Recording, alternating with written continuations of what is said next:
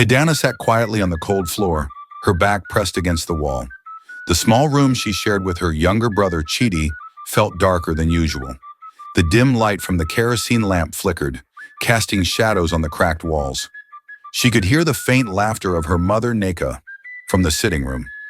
Neka was talking to Uncle Ejike, her late father's younger brother. It had been 3 years since their father died. Life had not been easy, but Adanna tried her best to help her mother. She would wake up before the sun, sweep the compound, wash the plates, and prepare food before rushing off to the market to help Mama Nkichi sell vegetables. She never complained.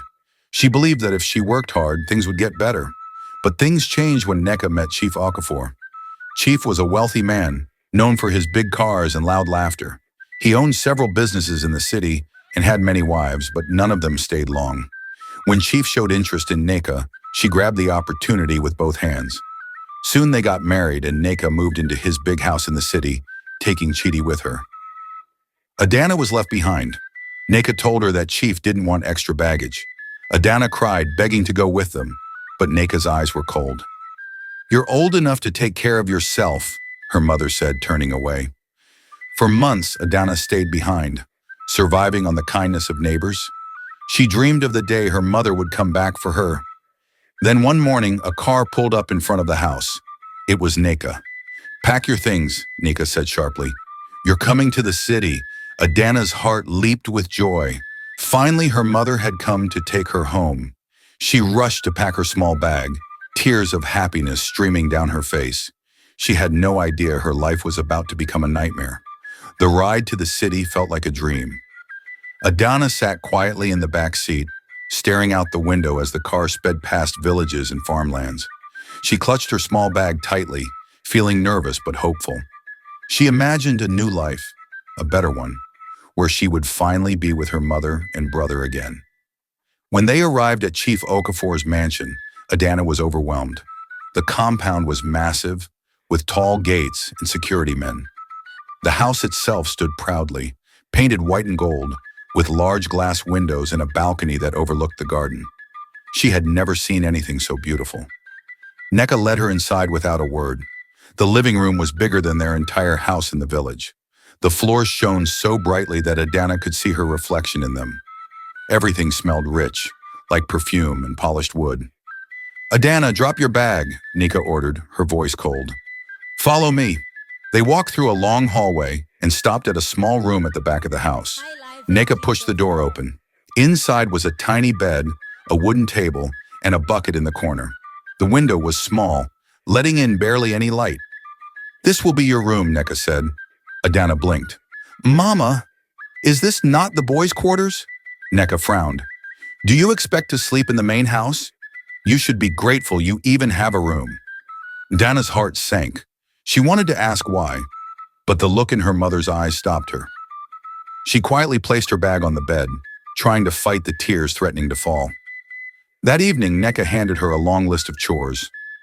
Wake up before dawn, sweep the whole compound, mop the floors, wash the cars, cook breakfast, clean the bathrooms. After that, you can rest. Adanna stared at the list. "Mama, why, this is too much. Can't we share the work?" A sharp slap landed across her face. "Don't you ever talk back to me," Neka hissed. "You think you're here to enjoy life? You will work for the food you eat. Do you think Chief will feed you for free?" Adanna held her cheek, too shocked to cry. She nodded silently. From that night, her life changed. The days turned into weeks, and Adanna's life became a routine of endless chores. She woke up before the sun and slept long after everyone had gone to bed. Her hands grew rough, her feet cracked from walking barefoot on the cold tiles. The only time she saw her brother, Chidi, was when she served him food. "Mama, can I talk to Chidi?" Adanna asked one evening, her voice barely above a whisper. Neka shot her a cold look. "Chidi is not your concern anymore. Focus on your work." Adanna's heart ached. She longed to hold her brother, to hear his laugh, but he barely looked at her. It was as if she had become invisible. One evening, while scrubbing the kitchen floor, she overheard Neka talking to Chief. "She's just a useless girl," Neka said. "I only brought her here to work. After all, what else is she good for?" Adanna felt like someone had stabbed her in the heart. Her own mother, the woman she loved and respected, saw her as nothing more than a servant. She bit her lip, forcing herself not to cry. That night she lay on her small bed, staring at the ceiling. The house was quiet except for the faint hum of the air conditioner in the main house. She thought about her father and how much he used to love her. If he were alive, things would have been different. As she closed her eyes, she made a silent promise to herself. No matter what, she would survive. She would not let her mother's hatred break her spirit. The days dragged on, and Adanna learned to swallow her pain. Each morning, she forced herself out of bed before the first rooster crowed, her body aching from the previous day's work. She scrubbed, swept, cooked, and cleaned while the rest of the house slept peacefully. Chief barely noticed her existence. The only time he acknowledged her was when she served his meals, and even then, he never looked her in the eyes. Nneka, on the other hand, watched her like a hawk, always ready to find fault. One evening, after washing a mountain of plates, Adanna collapsed on the floor, her back against the kitchen wall. Her stomach growled with hunger. She hadn't eaten all day. She looked longingly at the leftover food in the pot fried rice with big chunks of chicken. Her mouth watered, but she knew better than to touch it. Suddenly, she heard footsteps. Nneka stood in the doorway, arms crossed. "Why are you sitting there like a lazy goat?" Nneka hissed. "Have you cleaned the bathrooms?" Adanna slowly stood up. "I'll do it now, Mama," Nneka scoffed. "Useless girl." She turned and walked away, her heels clicking against the tiled floor. As Adanna cleaned, she wondered what she had done to deserve this. Was it a crime to be born?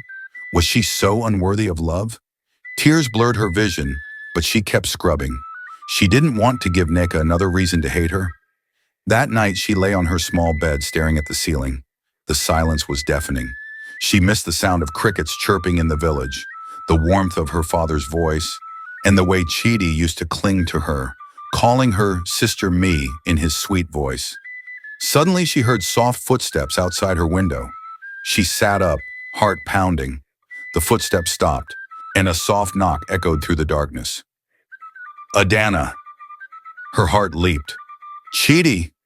She rushed to the window and peered through the darkness. There he was, her little brother, his face pressed against the iron bars. His eyes were wide with worry. "Sister, are you okay?" he whispered. Tears filled her eyes. "Chidi, why are you here? Mama will kill you if she finds out. I heard Mama talking to Chief. She said you're not allowed to eat from the family pot. Is it true?" Adanna looked away. "Don't worry about me, Chidi. Go back to sleep." But Chidi shook his head. He pushed a small plastic bag through the bars.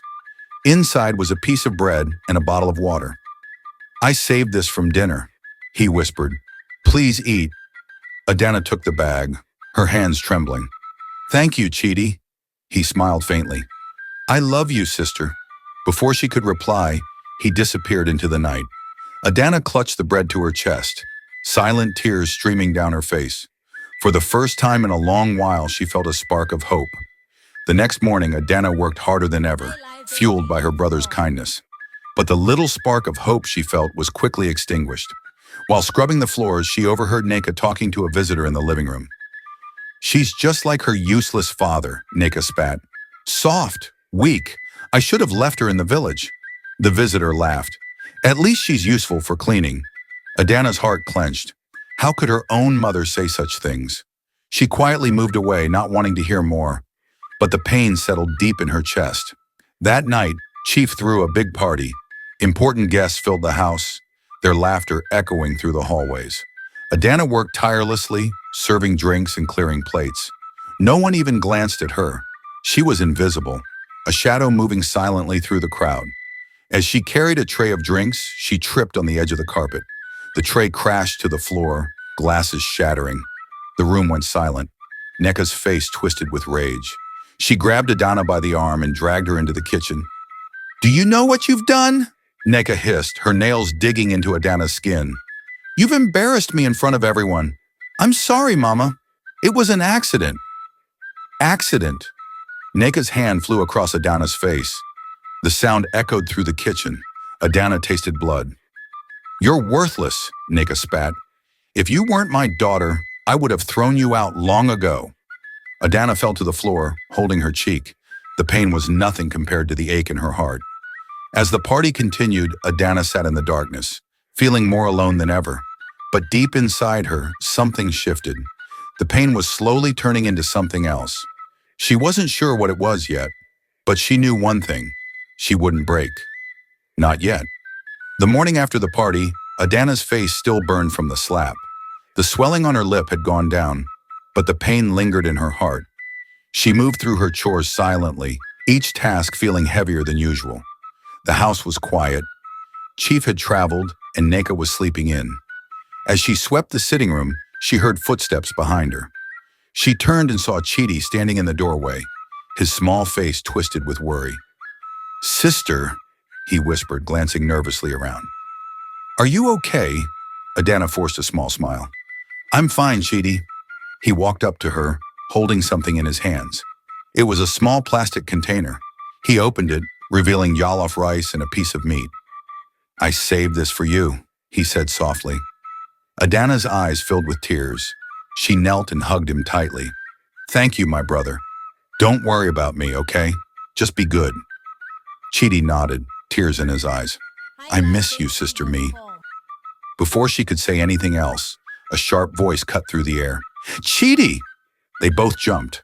Neka stood at the top of the stairs, her face dark with anger. "What are you doing here?" she demanded, storming down the stairs.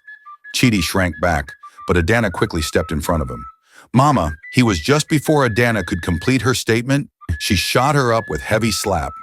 Adanna fell to the floor, her cheek stinging. Chidi screamed, trying to help her up, but Neka shoved him aside. "You're spoiling my son," Neka spat. "Stay away from him." She grabbed Chidi by the arm and dragged him away, his cries echoing through the house. Adanna sat on the floor, clutching her face, her heart breaking into pieces. That night, Adanna sat in her tiny room, staring at the cracked walls. She could hear the faint hum of the generator outside and the sound of laughter from the main house. She hadn't eaten all day, but the hunger didn't bother her anymore. Suddenly, she heard soft knocking at her door. She quickly wiped her tears and opened it. To her surprise, it was one of the housemaids, Amaka. She was a kind woman in her 30s who had worked for Chief for years. "Adanna," Amaka whispered, glancing over her shoulder. "I brought you something." She handed Adanna a plate of food, hot yam porridge with fried fish. Adanna's eyes widened. "Thank you," she whispered, barely able to contain her tears. Amaka sat down beside her. "I've been watching you," she said softly. "I see how they treat you. It's not right." Adanna looked down. "She's my mother," Amaka sighed. "Some mothers don't deserve that title." They sat in silence as Adanna ate. For the first time in a long while, she felt a flicker of warmth in her chest. Maybe she wasn't completely alone. Before Amaka left, she squeezed Adanna's hand. "Be strong, my dear. This darkness won't last forever." Adanna held on to those words like a lifeline. Days turned into weeks. The house remained cold, and Neka's hatred only grew. Every mistake, no matter how small, was met with harsh punishment. Adanna's hands grew rough. Her back ached constantly, but she endured. One afternoon, while washing clothes in the backyard, she overheard two maids gossiping. "Did you hear? Chief is planning to send Chidi abroad for school." Adanna froze. "What?" she asked, stepping closer. The maids looked at each other nervously. "Chief wants Chidi to have a good education," one whispered. "Madam Neka is overjoyed. She says Chidi will never come back to this country." Adanna's heart dropped. Chidi? Leaving? No. He was the only light in her life. She couldn't lose him. That night, she snuck to Chidi's room. He was already asleep, his small body curled under the blanket. She knelt beside him, brushing his hair gently. "I won't let them take you away from me," she whispered. "I'll protect you, no matter what." But deep down, she knew the storm was coming. The day of Chidi's departure came faster than Adanna expected. She watched from the shadows as Neka fussed over him, making sure his clothes were perfect and his passport was in order. Chief stood nearby, smiling proudly. As they loaded Chidi into the car, Adanna rushed forward, tears streaming down her face. "Chidi!" she cried. Neka blocked her path. "What do you think you're doing? Please, let me say goodbye." Neka laughed coldly. You? Say goodbye? You don't deserve that. Adanna fell to her knees, grabbing Neka's dress. Please, Mama, don't take him away from me. He's all I have. Neka yanked her dress away, disgust on her face. You have nothing. You are nothing. The car drove away, taking Chidi with it. Adanna collapsed on the ground, screaming his name, but the only answer was the fading sound of the engine. From that day, something inside her broke. She was no longer Adanna, the hopeful girl. She became something else, something stronger, something darker, and she vowed she would never forgive her mother. Days turned into weeks. The house felt emptier, without Chidi's laughter echoing through the halls. Adanna moved like a ghost, her body working while her mind drifted far away. She barely slept, barely ate. Every time she closed her eyes, she saw the car driving away, taking her little brother with it.